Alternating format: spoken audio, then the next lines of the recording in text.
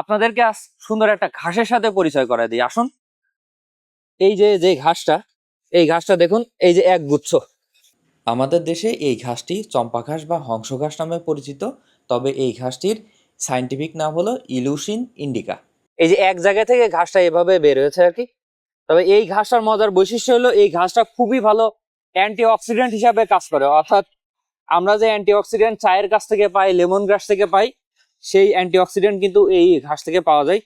তবে এই ঘাস সব থেকে বেশি যেটা হয়, এই ঘাসের চা যদি নিয়মিত সেবন করা যায়, তাইলে অনেক পুরাতন যে বাতের ব্যথা থাকে, এই বাতের ব্যথাও নিরূপণের জন্য কিন্তু এই ঘাসের চা সেবন করলে যে অ্যান্টিঅক্সিডেন্ট থাকে এটা খুব ভালো কাজ করে। এই ঘাসের যে শেকড়, এই শেকড় দিয়ে কিন্তু যে বিভিন্ন রকমের যে প্রসাধনী যে তেল থাকে, মাথায় দেওয়ার জন্য তেল থাকে, এবং তেলের মধ্যে যে শেকড় গুলা থাকে আর কি, এই ঘাসের শেকড়ই থাকে। এই গাছের যে শেকড় এবং এই গাছের পাতা খুবই উপকারী। এবং সব থেকে মজার বিষয় হলো এই গাছটা হলো আমাদের বাংলাদেশের আগানে বাগানে যে কোনো জায়গায় অবহেলিত ভাবে পাওয়া যায়।